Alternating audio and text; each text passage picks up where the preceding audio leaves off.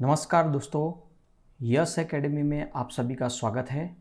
और प्राचीन भारत के इतिहास के ये पहले लेक्चर में आज हम शुरू करने जा रहे हैं कि प्राचीन भारत का इतिहास में कहाँ से शुरुआत हो रही है। तो इसके बारे में हम प्राचीन स्रोतों के आधार पर, मतलब इतिहास में जो इतने स्रोत जहाँ से प्राप्त हुए हैं, तो स्रोत के आधार पर इतिहास को 3 भागों में बांटा गया है। कितने भागों में? 3 भागों में बांटा गया है। पहला तो है प्राग ऐतिहासिक काल, आध ऐतिहासिक काल और ऐतिहासिक काल। हमें ये 3 कालों के बारे में, ये 3 कार्यक्रम के बारे में हमें समझना है। अब देखिए कि प्राग ऐतिहासिक काल, आध ऐतिहासिक काल और ऐतिहासिक काल ये क्या दर्शा रहा है? तो ये दर्शा रहा है कि प्रागैतिहासिक काल में कोई लिखित साक्ष्य हमें नहीं मिले हैं, इसीलिए उसे हम पाषाण काल कह सकते हैं। मतलब उसके बारे में, इन पाषाण काल के बारे में हमारे पास कोई साक्ष्य लिखित में नहीं है, ठीक है? तो उसे हम प्राग ऐतिहासिक काल कह सकते हैं। उसके बाद में आधे ऐतिहासिक काल, जिसमें लिखित साक्ष्य हैं, लेकिन क्या बोला गया है, लेकिन हम उसे मतलब उसे पढ़ा नहीं जा सकता, हम उसे पढ़ नहीं सकते इस तरह, मतलब वो चित्रात्मक तरीके से लिखा है। जैसे एग्जाम्पल दे दे, हड़प्पा सभ्यता, तो उसे बोलते हैं वैदिक काल। क्या बोलेंगे हम? वैदिक काल। ठीक है दोस्तों। फिर आखिरी में अभी का काल शुरू है, मतलब अभी काल जो शुरू है उसे ऐतिहासिक काल कहते हैं, जिसमें लिखित साक्ष्य उपलब्ध हैं, जिसे हम पढ़ते हैं, समझते हैं और उसे अपनी जीवन शैली में अपनाते भी हैं। उसे वैदिक से आगे, मतलब वैदिक काल जो था उसके अंत के बाद से जो शुरू हुआ उसे ऐतिहासिक काल में वैदिक काल कहते हैं, जिसके बारे में लिखित में सब कुछ साक्ष्य मौजूद है। ठीक है, तो शुरू करते हैं। प्राग ऐतिहासिक काल मतलब पूर्व पाषाण काल के बारे में हम शुरुआत करते हैं। तो इसमें देखो बहुत सारे क्वेश्चन, हम आपको अभी से बता दें कि बहुत सारे क्वेश्चन आंसर हैं जो पूछे जा चुके हैं, उसे हम एक कोष्टक के अनुसार से पढ़ेंगे, तो जिससे आपको सरलता रहेगी याद रखने में। बहुत सारे सवाल ऐसे हैं जो पूछे जा चुके हैं और पूछे जाते हैं बार बार, तो एक याद रखिएगा। तो शुरुआत करते हैं पहले खोजकर्ता। प्राग ऐतिहासिक काल में उसके खोजकर्ता कौन थे? तो रॉबर्ट बुशफुट, याद रखिएगा ये एक नाम, रॉबर्ट बुशफुट ये नाम है, जो भारत में सर्वप्रथम 1863 में ये खोजकर्ता थे। पुरातन पूर्व पाषाण काल के खोजकर्ता, जिन्होंने 1863 में खोज की थी।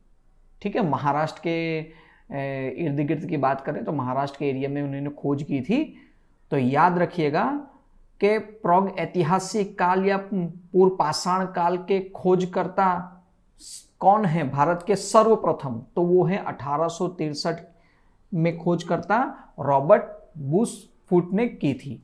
ठीक है, बाद में पाषाण काल को 3 भागों में विभाजित किया गया है। याद रखिएगा, पाषाण काल को 3 भागों में विभाजित किया गया है, जिसे हम आगे कोष्टक के हिसाब से देखेंगे। फिर कहा गया है 1861 में भारतीय पुरातत्व के जनक कौन है? Alexander Cunningham. आपने कहीं ना कहीं पेपर में कई बार ये सवाल देखा होगा, मोस्ट आईएमपी सवाल है, ये भी वैसे ही है। तो भारतीय पुरातत्व के जनक कौन है? अलेक्जेंडर कनिंघम, ये नाम याद रखिएगा। अब हम, ये तो 3 भागों में बांटा जाता है, तो उसे हम जरा समझ लेते हैं कि क्या देखा जाना है इसमें। आधार पूर्व पाषाण काल, मध्य पाषाण काल और अभी का नवपाषाण काल। हमें इन सब के बारे में एक एक करके ध्यान से पढ़ना है। तो पहले देखते हैं काल। काल के बारे में जानते हैं कि ये पूर्व पाषाण काल जो है वो कौन से समय से कौन से समय तक का है। तो 5 लाख BC ईसा पूर्व से 10,000 BC मतलब 10,000 ईसा पूर्व तक का समय पूर्व पाषाण काल का है। ये याद रखिएगा। आपसे अगर सीधा सीधा सवाल पूछ लिया जाए तो आपको ये याद रखना है, किसी भी तरह से आपको याद रखना है, ये याद रखिएगा आप, ठीक है। उसके बाद में है मध्य पाषाण काल। तो मध्य पाषाण काल का समय है 10,000 BC से 4,000 BC मतलब 10,000 ईसा पूर्व से लेके 4,000 ईसा पूर्व तक है। और नव पाषाण काल में ये है 10,000 BC से 1,000 BC तक। कहीं ना कहीं कंफ्यूजन होगा कि सर मध्य काल में भी 10,000 है और नव पाषाण काल में भी 10,000। तो मित्रों, मध्य पाषाण काल का जो शुरुआत हुआ है वो नव पाषाण काल तक शुरू रहा है, वो कंटिन्यू बढ़ता ही गया है। इसलिए मध्य पाषाण काल और नव पाषाण काल को 10,000 BC से लेके शुरू किया गया है। जो मध्य पाषाण काल कब तक है? 4,000 BC तक, और नव पाषाण काल 1,000 BC तक। ठीक है दोस्तों, अब इसके कुछ लक्षण हैं, कुछ गुण हैं, हम इसे गुण भी लिख देते हैं, गुण। ठीक है। अब पूर्व पाषाण काल में जो मानवी थे वो क्या थे? पहले तो वो शिकारी थे। शिकारी किस तरह? मतलब कि उनका स्थायी जीवन नहीं था। वो शिकार करते थे, खाते थे, जहां मतलब ज्यादा जानवर मिल जाए वहीं पे जानवरों को शिकार करते थे और उनको भोजन की तरह लेते थे और आगे बढ़ जाते थे। खाद्य संग्राहक, मतलब खाद्य संग्राहक नहीं थे वो। खाद्य संग्राहक के मतलब से उन्हें भोजन की तलाश में एक जगह से दूसरी जगह भटकते रहते थे। पूर्व पाषाण काल में कृषि और पशुपालन का कहीं भी साक्ष्य देखने को मिलता नहीं है कि उस समय उन्होंने कृषि या पशुपालन की व्यवस्था की हो। ठीक है। मध्य पाषाण काल में भी वो शिकार करके ही खाते थे जानवरों का। खाद्य संग्रहक के तौर पर वो एक जगह से दूसरी जगह भटकते रहते थे। ठीक है। लेकिन इन्होंने एक चीज की शुरुआत कर दी थी, और वो शुरुआत कर दी थी पशुपालन की शुरुआत। पशुपालन की शुरुआत इसलिए की थी, और वो पशुपालन की शुरुआत में सबसे पहला जो पशु पालतू बनाया था उन्होंने, इंसान ने, मध्य पाषाण काल में, वो था कुत्ता, डॉग। ठीक है। कुत्तों की बात करें तो कुत्ता जो होता है वो शिकार में भी बहुत मदद करता है। तो सबसे पहले एक जो पालतू जानवर पाला गया था वो था कुत्ता। ठीक है। लेकिन नव पाषाण काल में जब आते हैं तो मनुष्य कृषि भी करने लगता है, अनाज भी पैदा कर रहा है और पशुपालन की शुरुआत भी कर दिया है। अब जब एक जगह स्थायी होकर कृषि खेती करेगा, जानवर पालन पोषण करेगा, तो उसे एक जगह स्थायी रहना होगा, एक जगह से दूसरी जगह भटक नहीं सकता। तो उसका समान स्थायी निवास प्रारंभ हुआ। मतलब नव पाषाण काल में एक समान स्थायी उसका प्रारंभ हो गया, जो आज भी बरकरार है और कंटिन्यू चला जा रहा है। ठीक है। फिर आगे देखते हैं। तो पाषाण काल की बात करें तो औजार की बात करें तो इस समय की बात करें तो इस समय पत्थर के हथियार होते थे। पत्थर, या आप ये समझे कि जानवरों के जो हड्डियां हैं, मजबूत हड्डियां, उनके द्वारा अन्य जानवरों का शिकार किया जाता था। तो क्वाइट बाइन, सल्ट और ब्लेड आदि का इस्तेमाल होता था पाषाण काल में। ठीक है। तो उस समय पत्थरों का और हड्डियों का, जानवरों की हड्डियों का इस्तेमाल होता था।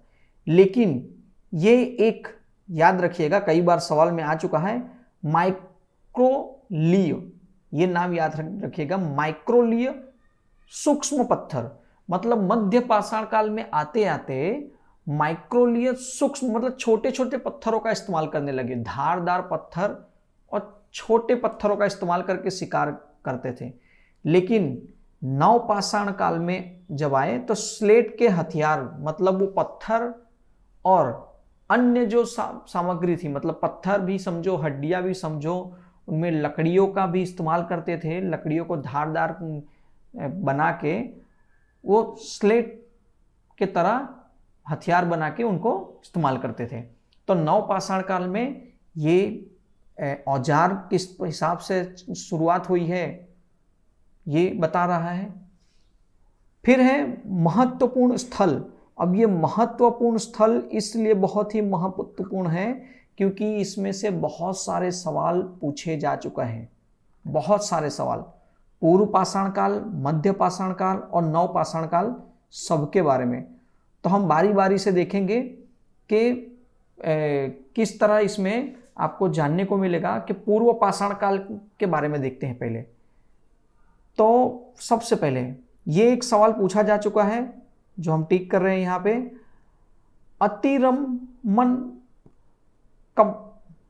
अतिरमपक्कम, ये तमिलनाडु में एक जगह है, और एक है हथनोरा, एक हथनोरा है, ये मध्य प्रदेश में जगह है।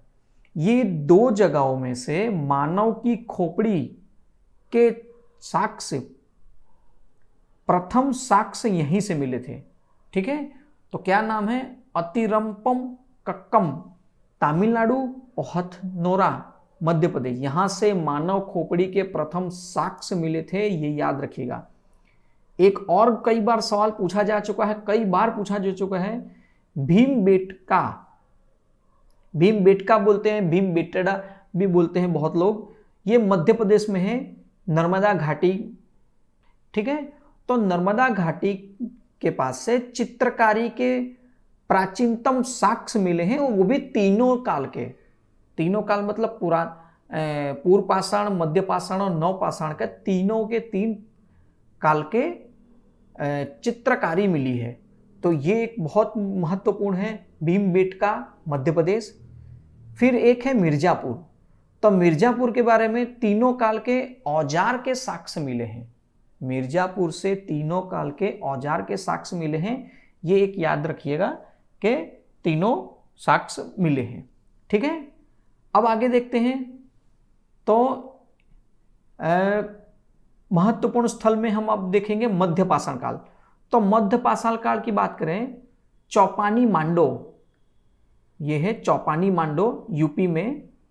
यहां पे क्या हुआ है कि मुठ भाट के प्राचीन साक्ष्य, मतलब मिट्टी के बर्तन, जिसे हम शॉर्ट में कहें मुठ भाट, मिट्टी के बर्तन के यहां से साक्ष्य मिले हैं, चौपानी मांडो उत्तर प्रदेश। ठीक है, और एक ये सवाल कई बार पूछा जा चुका है, बांगौर राजस्थान में है, बांगौर, बांगौर राजस्थान और आदमगढ़ मध्य प्रदेश, यहां से पशुपालन के प्रथम प्रमाण, मतलब पशुपालन के प्रथम प्रमाण मिले हैं कि पशुपालन होता था, इसके प्रमाण मिले हैं बांगौर राजस्थान, जो कई बार पूछा जा चुका है, और आदमगढ़ मध्य प्रदेश में, ये दो जगहों से पशुपालन के प्रमाण मिले हैं। ठीक है, अब नवपाषाण की बात करें तो नवपाषाण में एक बहुत बार पूछा जा चुका है ये सवाल, बुर्जहोम, जो कश्मीर में है। कहां पर है? बुर्जहोम कश्मीर में है। तो कश्मीर में गर्तवास, ठीक है, गर्तवास की बात करें तो जमीन के अंदर, या समझो गुफा के अंदर, मतलब हम सीधा सीधा गर्तवास मतलब के जमीन के अंदर वास करने का एक साक्ष्य मिले हैं। दूसरी बात, कब्र में, अब ये एक सवाल पूछा जा चुका है, कब्र में मालिक के साथ कुत्ते के प्रमाण मिले हैं, मतलब कि जहां भी मनुष्य को दफनाया गया था तो वहां मालिक के साथ में कुत्ते का भी प्रमाण मिला है। आप जानते ही हैं कि सबसे पहले पशुपालन की शुरुआत जिससे हुई है वो कुत्ता ही है। तो कुछ प्रिय होंगे कुछ ऐसे कि जिनकी मृत्यु के साथ में उनके कुत्ते की भी मृत्यु हुई हो और ये कब्र में दफनाया गया हो। ठीक है, फिर बाद में है आगे गुफा कराल, गुफा कराल ये भी कश्मीर में है। गुफा से नाम से ही पता चल रहा है कि ये भी गुफा में रहने के साक्ष्य से ही संबंधित है। ठीक है, तो ये गुफा कराल ये कश्मीर से मिला है। फिर चिराद, चिराद से भी मतलब चिराद बिहार में है, यहाँ से भी नवपाषाण काल के साक्ष्य मिले हैं। ठीक है, फिर कोल्डी हवा, कोल्डी हवा यूपी में है, जहां से चावल का पहला प्रमाण मिला है। याद रखिएगा, चावल का पहला प्रमाण मिला है कहां पर है? कोल्डी हवा या कोल्डी हवा, ये उत्तर प्रदेश में है। तो चावल का पहला प्रमाण यहीं से मिला है। तो ये भी एक सवाल में पूछा जा चुका है। तो आप इन जितने भी महत्वपूर्ण हैं, आप ये चैप्टर को, फर्स्ट चैप्टर प्राचीन भारत का इतिहास का फर्स्ट चैप्टर है, आप नोट्स बना के अच्छी तरह से बनाइएगा। और दोस्तों, जहां भी आप पढ़ेंगे कहीं ना कहीं इस वीडियो से आपको 101% वो क्वेश्चन आंसर मिलेंगे। ठीक है दोस्तों, आगे देखते हैं। अब खोज की बात करें तो पूर्व पाषाण काल में आग तो थी, लेकिन आग का उपयोग कैसे करना है इसका उनका कोई साक्ष्य हमें मिला नहीं है। दूसरी बात, मतलब कहीं बताया नहीं गया। और आग उस समय थी, लेकिन मनुष्य उसका इस्तेमाल सही तरीके से नहीं कर पा रहा था। लेकिन मध्य पाषाण काल में आग का प्रयोग करना वह सीख गए थे। मध्य पाषाण काल में आग का प्रयोग करना वह सीख गए, मध्य पाषाण काल में आते आते। फिर बाद में नवपाषाण काल, जो कंटिन्यू अभी भी चल रहा है, जिसमें आग का प्रयोग करना अच्छी तरह हुआ। दूसरी बात, पहियों का, जिससे बैलगाड़ियाँ या फिर जानवरों के द्वारा पहिया का, तो पहियों का निर्माण, कृषि, एग्रीकल्चर की बात करें, और एक जगह रह के समाज का निर्माण करना, ये नवपाषाण काल में इन्होंने खोज की है, जो आज भी बरकरार है और कंटिन्यू है। ठीक है दोस्तों, उसके बाद में सबसे ये मोस्ट तीनों के तीनों आईएमपी सवाल हैं। सवाल भी क्या है, ये जो पूछे जा चुके हैं कि मानव द्वारा प्रयोग में लाया गया पहला हथियार किसके द्वारा? मानव द्वारा प्रयोग में लाया गया पहला हथियार कौन सा है? तो वो है कुल्हाड़ी। कुल्हाड़ी जिसे बोलते हैं। तो मनुष्य के द्वारा प्रयोग में लाया गया पहला हथियार कौन सा है बताइए? तो कुल्हाड़ी, ये याद रखिएगा। पहला धातु कौन सा है? तो पहला धातु तांबा है। एक याद रखिएगा, मनुष्य के द्वारा पहला धातु तांबा। और पहला पालतू जानवर कुत्ता, डॉग। तो पहला हथियार कुल्हाड़ी है, फिर पहला धातु तांबा है, और पहला जानवर कुत्ता है। तो आप ये पूर्व पाषाण, मध्य पाषाण, नवपाषाण के काल के बारे में आपने जो पढ़ा, तो वीडियो अगर अच्छा लगा हो तो दोस्तों से जरूर शेयर करिएगा। और प्राचीन भारत का ये पहला लेक्चर है। बहुत ही जल्दी आपको दूसरा लेक्चर भी इसी तरह आएगा। और वीडियो अच्छा लगे तो दोस्तों को जरूर से जरूर शेयर करिएगा। नमस्कार।